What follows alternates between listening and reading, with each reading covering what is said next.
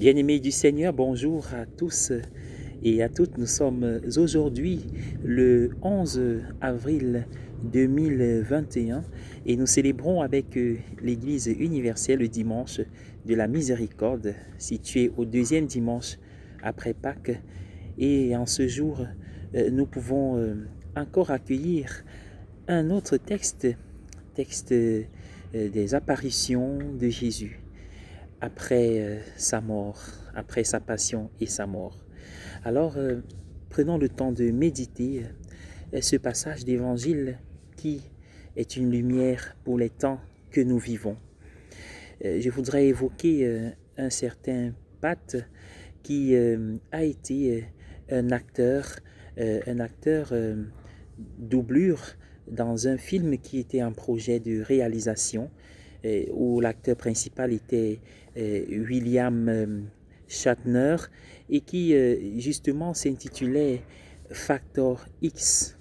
Oui, justement, ce Pat a été victime d'un accident, une cascade à moto qui a mal tourné.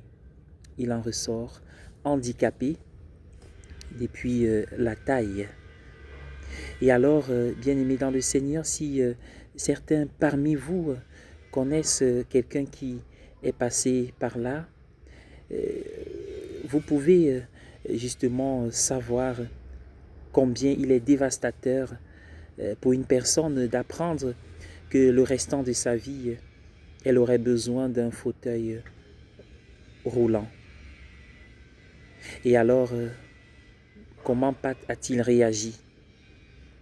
Pat a été déchiré, mais après il s'est remis, il s'est relevé et a décidé d'orienter sa vie vers un ministère de compassion.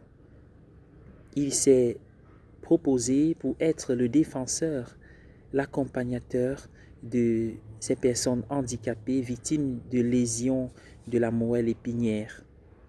Et alors, chaque fois qu'il y avait un cas signalé dans un hôpital ou dans un centre, il se rendait au chevet de cette personne pour leur redonner espoir, leur reparler de lui et de son engagement.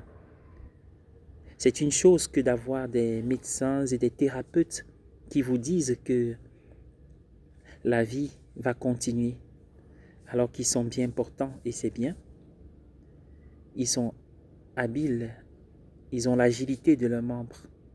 Mais c'en est une autre que d'avoir à son chevet une personne comme Pat qui avait compassion et chaleur, pas que les autres ne l'ont pas, vous apprend et vous dit que la vie est un trésor pour lequel il vaut la peine de se battre. C'est dire combien les souffrances, la blessure de Pat apportaient le soulagement et même la guérison. Ah, la blessure qui guérit. Cela nous fait penser à Jésus qui dans l'évangile apparaît et montre ses plaies, ses mains et ses pieds à ses apôtres. Il leur demande de regarder. Les blessures du Seigneur deviennent source de guérison. C'est vrai, les blessures ne sont pas souhaitables, elles sont stupides, indésirables, suppurantes, douloureuses. Personne d'entre nous ne peut souhaiter avoir une blessure. Mais parfois elles arrivent. Alors vivre la blessure, sa souffrance avec le Christ. Finalement, la blessure, les plaies de Jésus étaient des plaies glorifiées. Nos plaies et nos blessures dans cette relation avec Jésus deviennent glorifiées. Elles cessent d'être un cancer, source d'assèchement quotidien de notre âme, de notre vie, pour devenir source de force et de guérison, pour devenir source de motivation.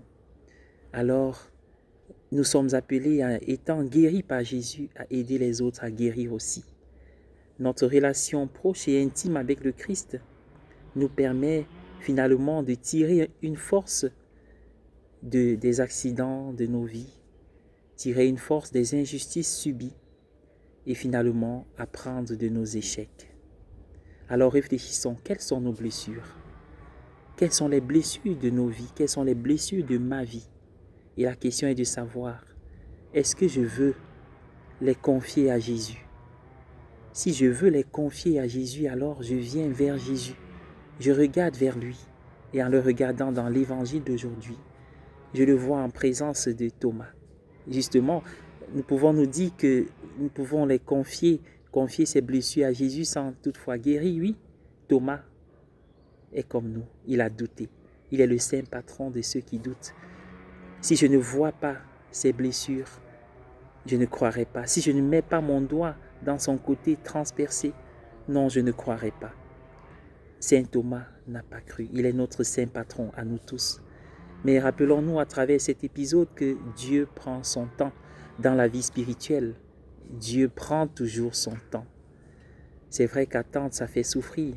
Le peuple d'Israël a attendu 40 années, errant dans le désert, avant d'être finalement délivré. Saint Paul aussi dans la lecture dit qu'il avait en lui comme une échade dans sa chair. Finalement, Dieu lui dit, ma puissance se manifeste dans ta faiblesse. Dans la faiblesse, oui. Et Thomas a attendu une semaine. 8 jours, c'est long pour des personnes qui souffrent, mais Dieu attend le moment où notre âme est prête à être délivrée. Ce dimanche est aussi le dimanche de la miséricorde. Et rappelons-nous cette icône de Jésus miséricordieux, de Sainte Faustine. Le texte de Sainte Faustine qui fonde ce jour dit en ce jour, les profondeurs de ma tendre miséricorde sont ouvertes. Les profondeurs même de ma tendre miséricorde. Alors disons comme Sainte Faustine, Jésus, j'ai confiance en toi. Et alors regardons Thomas, regardons Pat dont nous avons parlé, regardons Paul. Ils nous apprennent que les blessures peuvent guérir.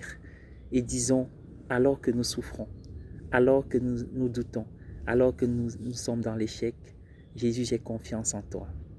Bon dimanche à tous et à chacun.